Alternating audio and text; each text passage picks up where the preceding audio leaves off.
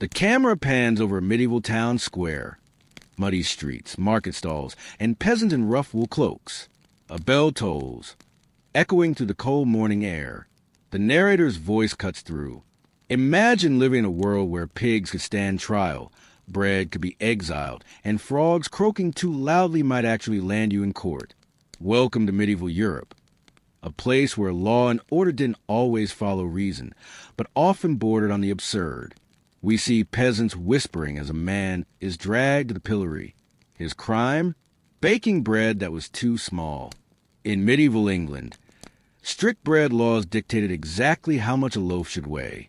If it was underweight, the baker could face public humiliation or worse. To modern ears, it sounds comical, but for medieval societies, bread was life itself. A short loaf wasn't just stinginess. It was seen as theft from the community. The narrator continues. For us, it's easy to laugh at these punishments, but to them, law was survival. Scarcity, famine, and superstition shaped rules that today sound almost cartoonish. Yet each bizarre law tells us something deeper about how medieval people saw the world. So let's journey into the courts of kings, peasants, and even animals to uncover the most ridiculous laws that once governed Europe. Fade to a candlelit courtroom. A pig, tied with ropes, squeals as it's led into the center. Townsfolk press against the walls, watching intently. The judge raises his hand for silence. The charge? Murder. Yes, animals could be put on trial in medieval Europe. Records show pigs, goats, rats, and even insects being summoned to court. The idea was simple. If animals caused harm, they were accountable under the law just like humans. Pigs, in particular, were common offenders since they roamed freely through villages, sometimes injuring children. And so, incredibly, whole trials were held, with prosecutors, defense lawyers, and sentences ranging from execution to banishment. One infamous case in 1386 saw a pig in France convicted of killing a child. The pig was dressed in human clothes and publicly executed, an attempt to reinforce order by making an example of the beast. Even stranger, rats were once summoned to appear in court for eating crops. When they didn't show up, the defense argued that the journey was too dangerous, given all the cats along the way. Shockingly, the court accepted this excuse. The narrator's voice lowers. These trials might seem hilarious now, but they reveal a world where justice was more performance than principle, where punishment wasn't only for the guilty, but for the crowd, the spectacle, and the reassurance that order still reigned. We cut to a medieval marketplace, bustling with vendors shouting over one another. Bakers and brewers worked tirelessly, because in many towns, failing to follow food laws was a serious crime. Bread wasn't just regulated by custom, it was dictated by law. The assize of bread and ale, introduced in England in 1266, made it illegal to sell bread or beer that didn't meet strict quality and price standards. Bakers who cheated customers faced a pillory, a wooden frame where their heads and hands were locked for the public to throw rotten vegetables at them.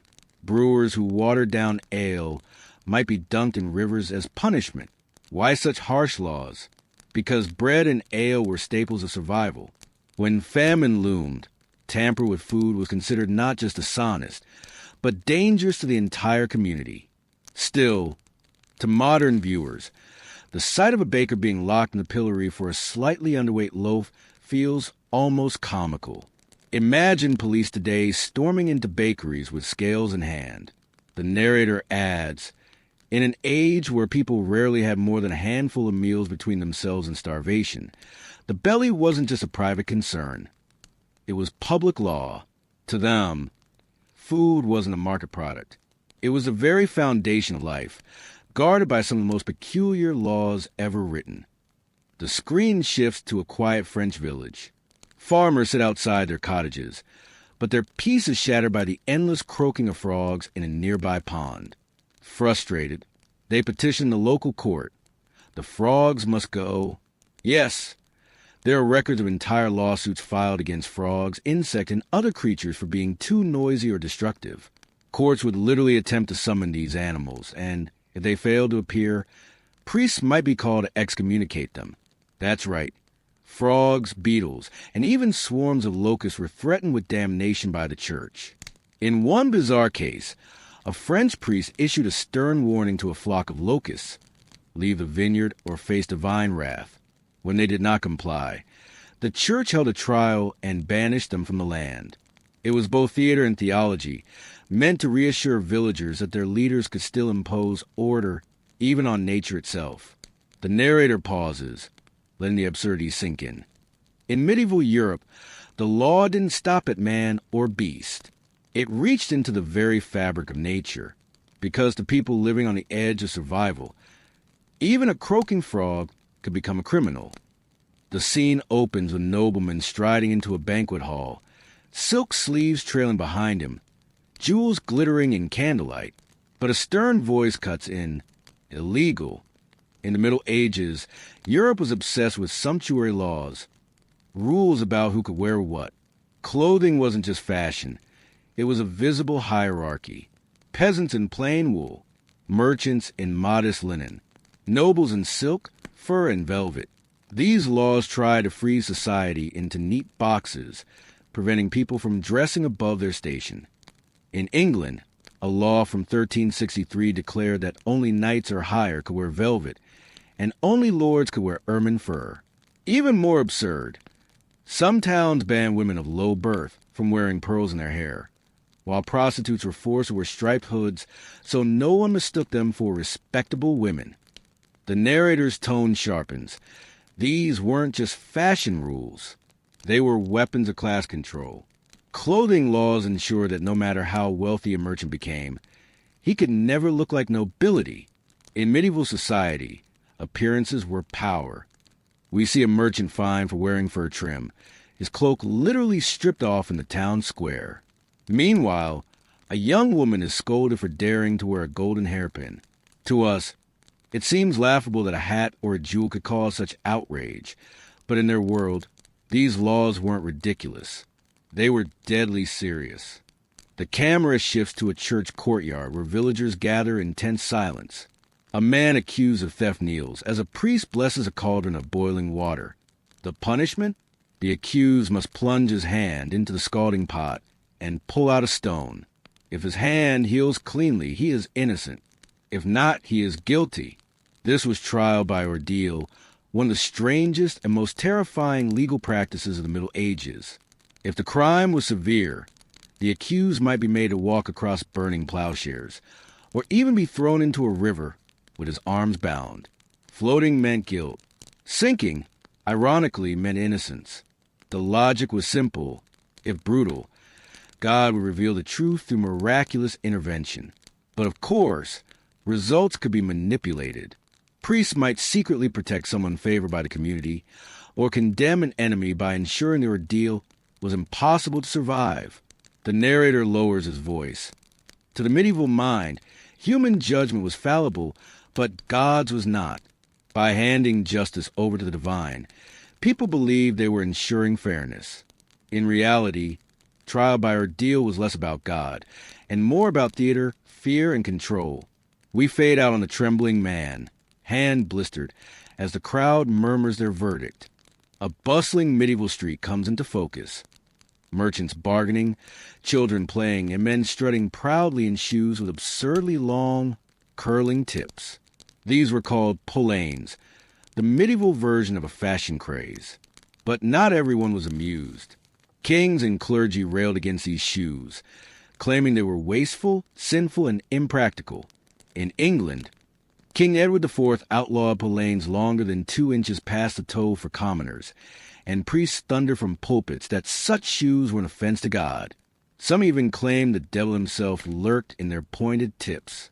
The camera zooms in on a peasant man hiding his elongated shoes beneath his cloak, terrified of being fined. Guards patrol the market, measuring footwear with sticks. The narrator chuckles. Imagine police today pulling you over, not for speeding, but for your sneakers being too stylish. That was medieval Europe. But beneath the humor lies something serious. Fashion wasn't harmless self-expression. It threatened the social order. Pointy shoes were seen as a symbol of decadence, a way for ambitious merchants to flaunt wealth and blur the lines of class. And so, like many ridiculous laws of the era, the crackdown on pollains was less about fashion and more about control. In a smoky tavern, peasants raised mugs of ale, the froth spilling onto rough-hewn tables. But these aren't the strong brews we imagine today. Medieval law often dictated that beer and ale be kept deliberately weak. In some towns, authorities decreed that ale must be so light it could not intoxicate. Stronger brews were taxed heavily or outright banned. Why? Because drunkenness was seen as a threat to public order, while weak ale was considered a safe alternative to often diseased water. The narrator grins. So yes, imagine a world where your government not only told you what you could drink, but how strong it was allowed to be. For peasants who worked backbreaking hours in the fields, a pint of watery ale was hardly the comfort they craved. Yet breaking ale laws could mean fines, public shaming, or worse. We see a brewer hauled before officials for selling too strong beer. His punishment? A dunking stool held underwater in front of the laughing crowd. It seems absurd now, but to medieval rulers, regulating ale was as vital as regulating bread. The belly, once again, was law. The forest grows dark, lit only by torches. A young man crouches, clutching a rabbit in his arms. Suddenly, guard sees him and drag him away. His crime? Poaching. In much of medieval Europe, hunting laws were brutally strict. Forests, deer, boar, and rabbits were considered the property of the king or nobility. A peasant who snared a rabbit to feed his family could face mutilation, imprisonment, or even death. The narrator's tone grows grim. To us, stealing a rabbit seems trivial. To them, it was treason against the social order. Game belonged to the lords, not the people. A hungry man's snare was an act of rebellion. One famous English law decreed that anyone caught killing a deer in the king's forest could be blinded. Others faced hanging for poaching even small animals. These punishments were not just about protecting food.